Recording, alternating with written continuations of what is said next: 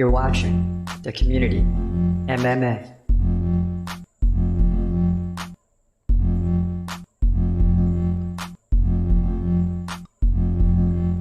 What up, what up? This your boy Chris Cross checking in. This is the Community MMA, and it's going down, man. We got some huge fights coming up in the UFC, and I'm talking pay-per-view. We're strictly getting into the big pay-per-view fights, titles on the line, other big fights coming up like Khamzat versus Costa. Of course, you got Islam versus Oliveira, the rematch. That's at 294.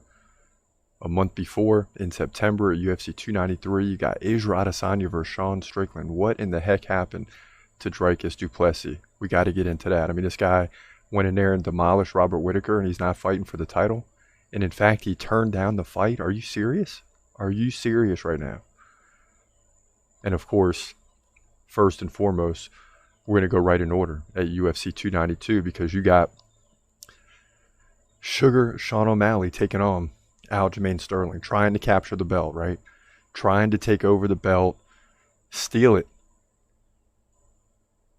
from Aljamain Sterling. And that's not going to be easy to do whatsoever. I mean, it's just not going to be easy.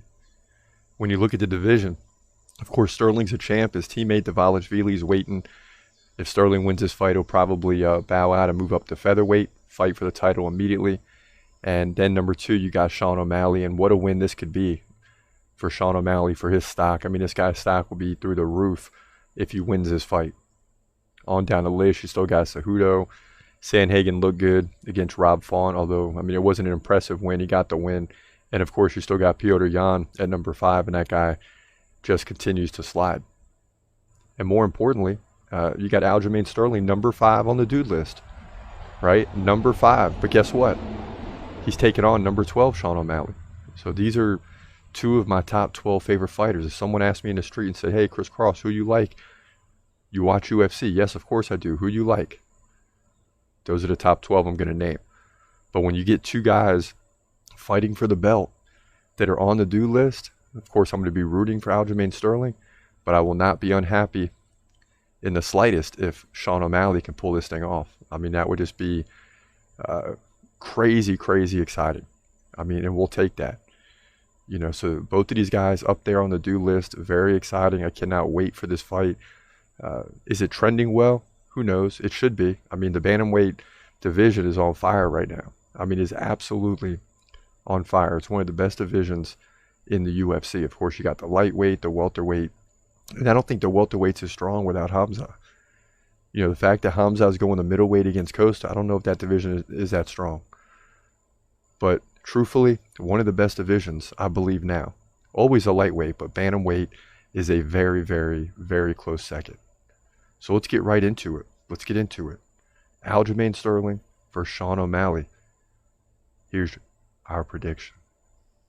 In the bantamweight division at UFC 292, you got the current champ, Aljamain Sterling, coming at 23-3, taking on one of the top contenders in the division, Sean the Sugar Show O'Malley, who comes in at 16-1.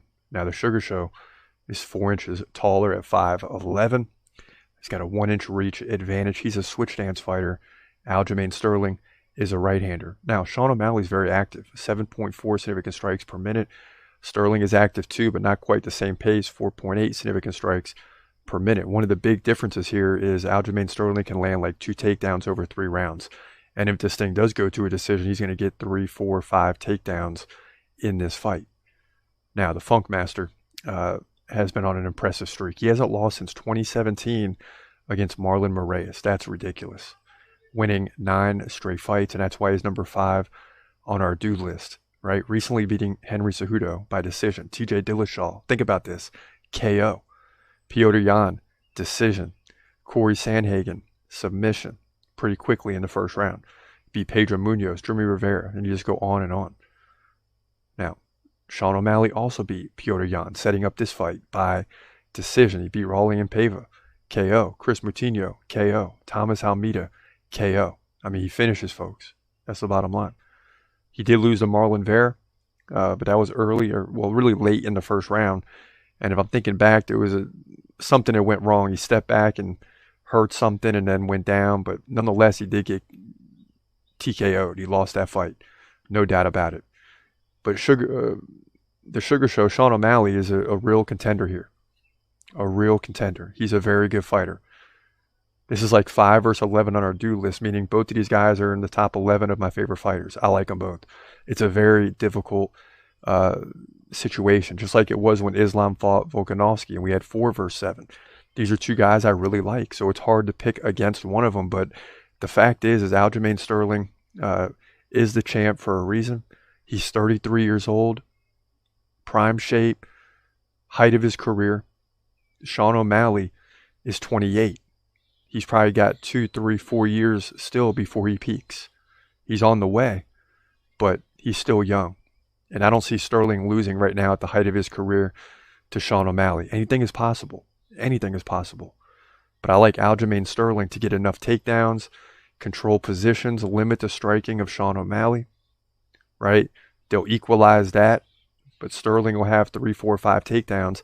And if it does go to a decision, he wins. The only way Sean O'Malley wins this thing is by getting a stoppage via KO, and that's possible too. But I think Sterling is too smart for that, knows how to control the fight, knows how to win in difficult situations like against Cejudo. May not be the prettiest or best fight, but he's going to find a way to win every time. But he is dealing with more of a striker in Sean O'Malley, but I still like him to win, in my opinion, one way or the other, to move to 24-3 and retain the bantamweight title here in the main event at UFC 292. Yeah, I mean, it's just hard to see O'Malley winning this fight. I mean, you're dealing with a guy that's in his prime, the best fighter in bantamweight history, in my opinion. And he doesn't get the respect, right? He started out with the Petr Yan win. That was a crazy win, and people thought he should have continued the fight. He didn't. He ended up getting a rematch. And then he proceeds to dominate Petr Yan. Then Sean O'Malley fights Yan, and Sean O'Malley beats him. That really surprised me. You know, I liked O'Malley anyway. I love the Sugar Show, right? But it really surprised me that he was able to pull off that fight. And it sets him up now for a title shot. He deserves it. Is he ready? I don't know. You know, it just seems to me Sterling is much better right now. I think he obviously wins his fight and proceeds to vacate the belt. Dvalishvili will fight for it and likely win it. And Sterling will get an opportunity to fight Volkanovski probably for the featherweight title. That's how that's how I see this thing playing out. Now, if O'Malley wins a close fight, there'll be a rematch for sure. And then Merab Dvalishvili is just on hold. Now, these two are already going back and forth, as you would expect, as most title fights do, with Sean O'Malley sliding into the DMs, direct messages of Sterling. Kind of saying, Aljamain Sterling looked nervous on TV. Sterling saying, hey, let's bet $100. First guy to get a takedown. And both agreed. Is it a real bet? Probably not. You also got Sean O'Malley. You know, he always uses his fights as a platform, going off on MMA managers, taking a percentage of the bonus when fighters, you know, are in the fight of the night or performance of the night, things of that nature. I'm not really with him on that. I think when you sign these contracts with managers, they get a percentage of your proceeds. That's how they get paid. You know, they also aren't going to get as much if you lose. And that's what you want. You want it in the best interest of the manager that the fighter wins all day, every day. If they win, they get the fight win bonus. Then if their performance of the night, they get the bonus there. And now they double their income. Fighter gets more, the manager gets more. Everybody's happy. So I'm not with O'Malley on that, but I get what he's trying to do by bringing up that topic. For sure, for sure. Now, as we move on to UFC 293, I'm really looking forward to this one. Israel Adesanya versus Sean Strickland. Going to be a great fight. Huge. It can't be overstated enough. This is a huge opportunity for Sean Strickland. Who knows if he ever gets another title fight after this. And just when you think like a guy like Adesanya is supposed to win, this is when a guy like Sean Strickland comes in and lights him up and steals the belt.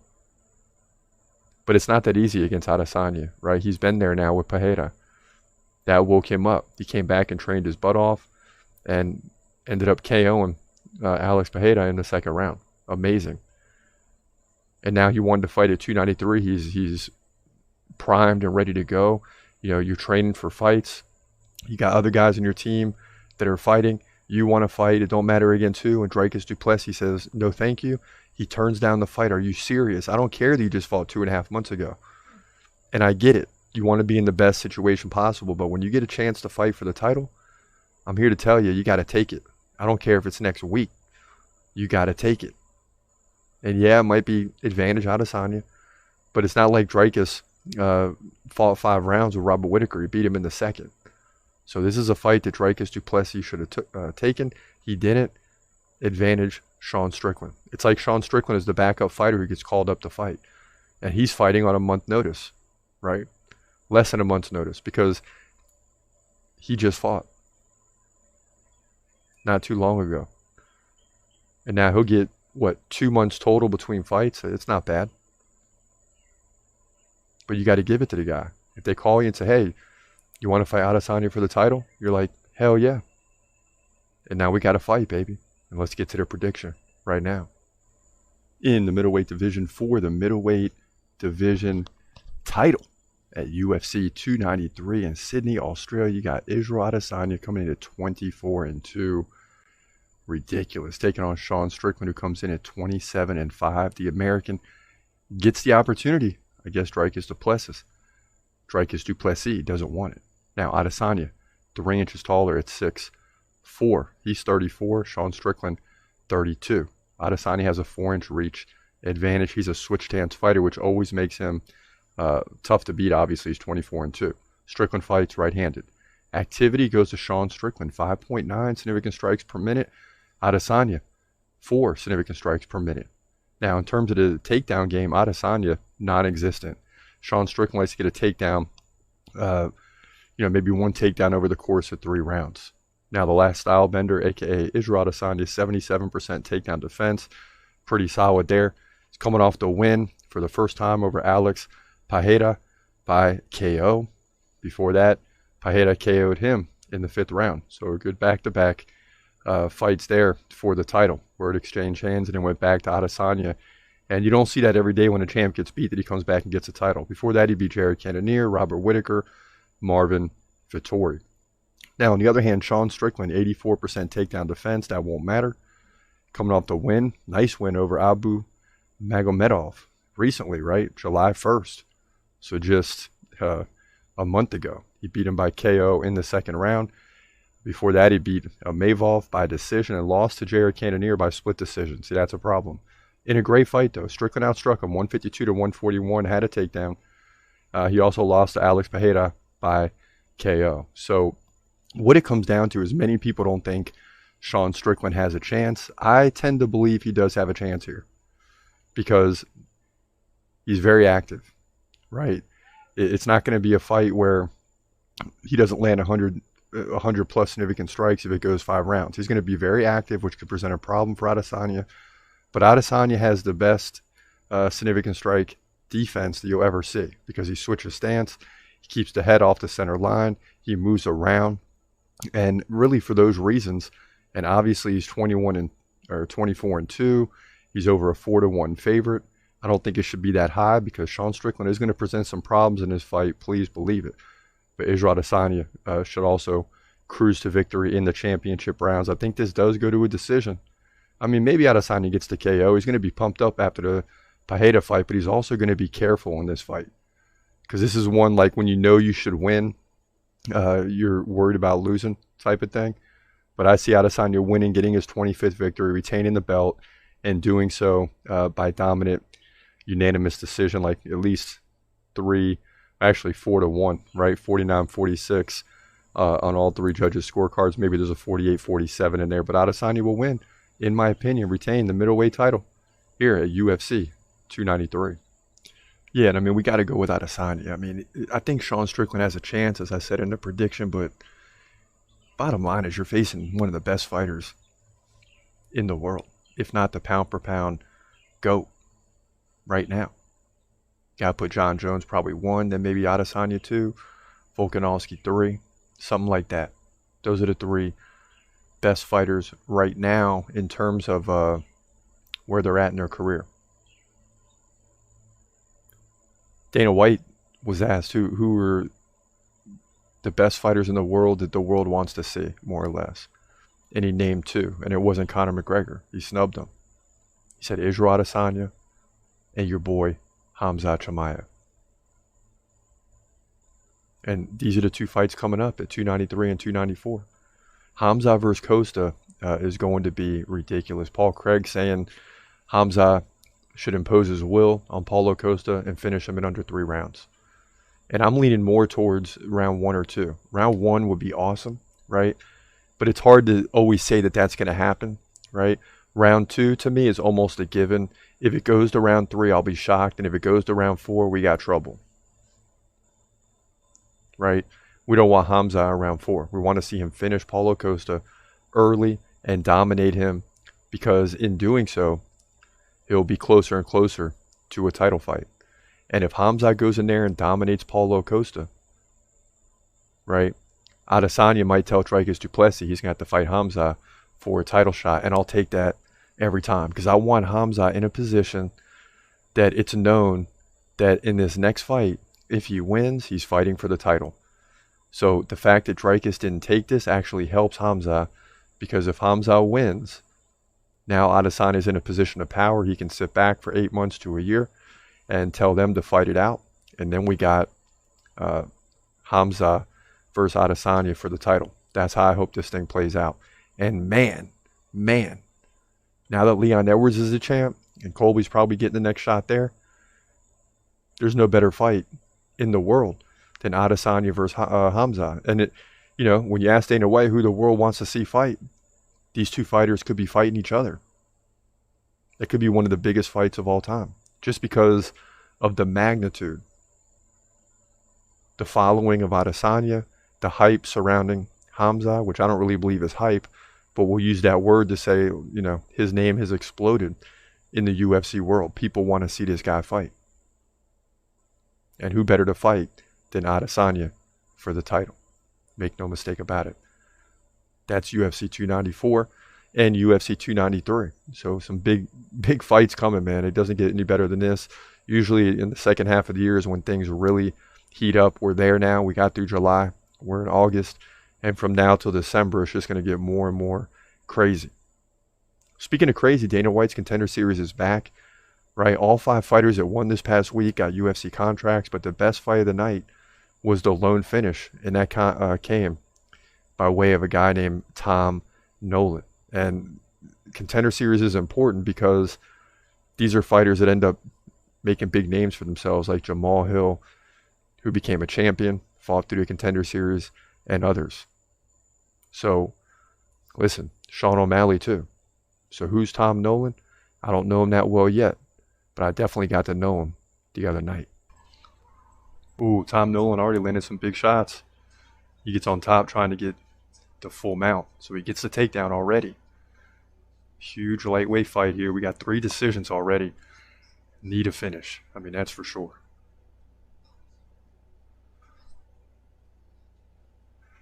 Now Grad's trying to wrap his arms around the back, trying to hold Nolan down, because he knows if Nolan squares up, this is going to be a tough situation.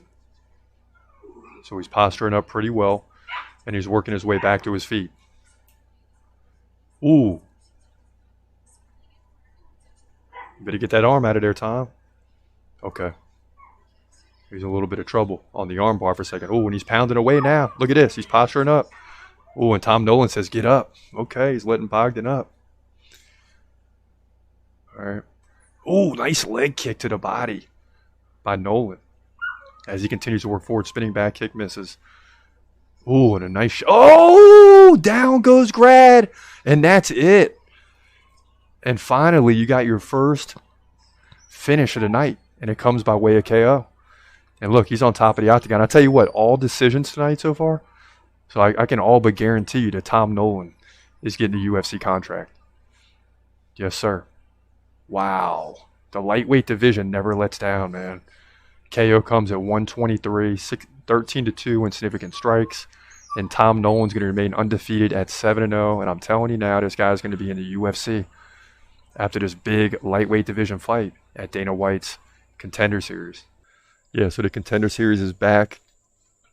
You got, 9 weeks left, 8 weeks, something like that, So a lot of fights coming, roughly 60 fights. No, not 60. 5 times 10 at most 50. Anywhere from 40 to 50 fights at the Contender Series. So this will go on for several months, several weeks for sure. And it's exciting to have some fights on Tuesday night, especially when you've seen what previous Contender Series winners and guys that got contracts have done. As I mentioned a minute ago with Jamal Hill and Sean O'Malley and others going through the Contender Series. So that's exciting. You got the last episode of The Ultimate Fighter this Tuesday. And then those 2 fights for the Ultimate Fighter victory and UFC contract will go down at UFC 292. So we can't even get the predictions done until Tuesday night is a wrap. So we'll be a little late on finishing up all the predictions for the pay-per-view event next week. But lots of excitement in the UFC, man. Lots of excitement coming our way. But for now, we'll leave it at that. This your boy Chris Cross. I hope you have a great day. And God bless. As always, peace.